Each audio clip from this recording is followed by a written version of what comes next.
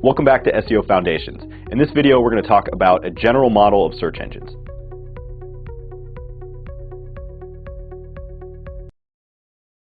The process by which search engines deliver relevant and valuable search results requires multiple intricate phases. In order for SEOs to be successful, they must understand at least the basics of this process. In this lesson, we will discuss the four major parts of the process. First, we will learn how search engines crawl the internet.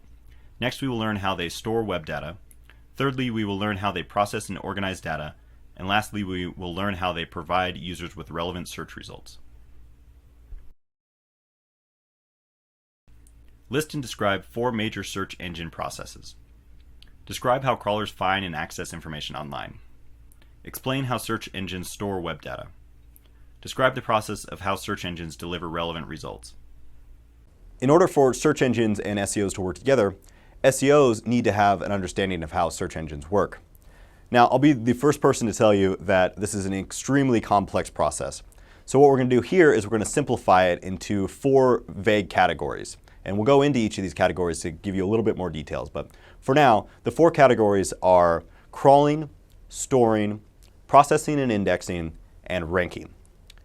When you understand these, you have a more complete model of how search engines work, so you're able to do your job in a much more proficient manner. At the root of every search engine is software. In this phase, we're just going to talk about one kind of software. It's something we call crawlers, or bots, or robots, or spiders. Now, this is software that does one thing, but it does one thing very, very well. It goes to a specific website and downloads all of its contents back onto the servers of a search engine, and then clicks on every single link on that web document, goes to the corresponding page, downloads all of that content, and then repeats the process by clicking on all of those links and going to the corresponding pages. In theory, by doing this, it crawls the entire internet. Now sit back and think about that for a second. Think about how big the internet is and how quickly it's expanding. You'll have some kind of idea of how complex this is. But that's just the basic idea of what a crawler or a spider does. It actually has a whole lot of traps it has to avoid. The biggest one of these is infinite loops. Now this is something I see all the time. What will happen is a crawler goes to something like a calendar application online, and it goes to the next year link, and then it'll click to the next year link, and then it'll click to the next year link, and it gets stuck because those links are going to go on forever. It's going to count up into infinity. So the crawler itself needs to know, and it needs to be smart enough not to get stuck in the infinite loops that are all over the internet. So what does this have to do with SEO exactly? Well, SEOs do have some influence on this. It's important for us to understand and make sure that the crawlers do not go to protected files, something that should be password protected, for example, or maybe sensitive information like social security numbers. So luckily for us, most of the time when search engines come to our websites, they'll identify themselves. They'll use a user agent like Googlebot or Bingbot so we can know that, hey, this is not a normal user, this is a search engine. Now, this has unfortunately been abused in the past, and so search engines will crawl our site both identifying themselves and sometimes, just to double check, they will not identify themselves. They do this so that SEOs and other marketers don't take advantage of this, but it's something that we need to be aware of, that when we see a crawler, most of the time it really is a crawler, but some of the time it may be a crawler even if we don't know that it is. The next phase in this is what we call store. So after the crawlers have done their work, the data that they download needs to be stored somewhere. So this happens on the search engine servers. This is actually stored all around the globe. But the general idea here is that it is stored on servers and they've made a copy of your website. So we have access to this copy. It's something called the cache. You can click on search results and view this yourself. But this is an important thing for SEOs to understand, that search engines are not necessarily, in fact most of the time they are not, working on your live site. They're only working on a copy of it that they have on their own servers. And this is going to have small differences like personalization. They're going to crawl from set locations, so they're not going to have it personalized to every single location that a user, a real human being, might visit your website from.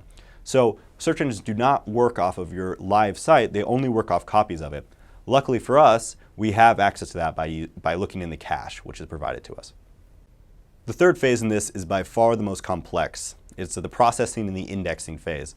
Now this happens in many different phases itself. This is something that happens in many different data centers around the world. And quite frankly, this is where all the magic happens. This is where the billion-dollar algorithms go in to try to extract signals that can be used to figure out the best information on the internet.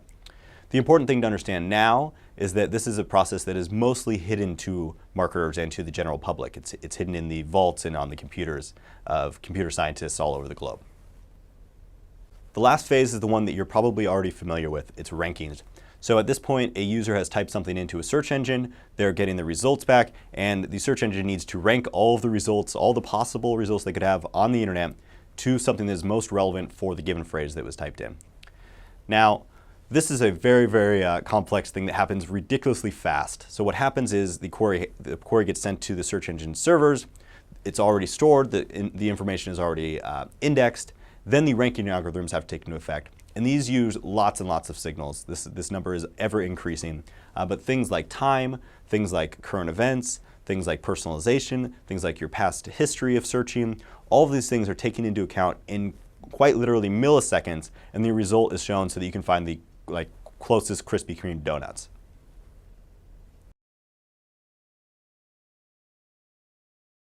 Four major search engine processes are crawling, storing, processing and indexing, and ranking.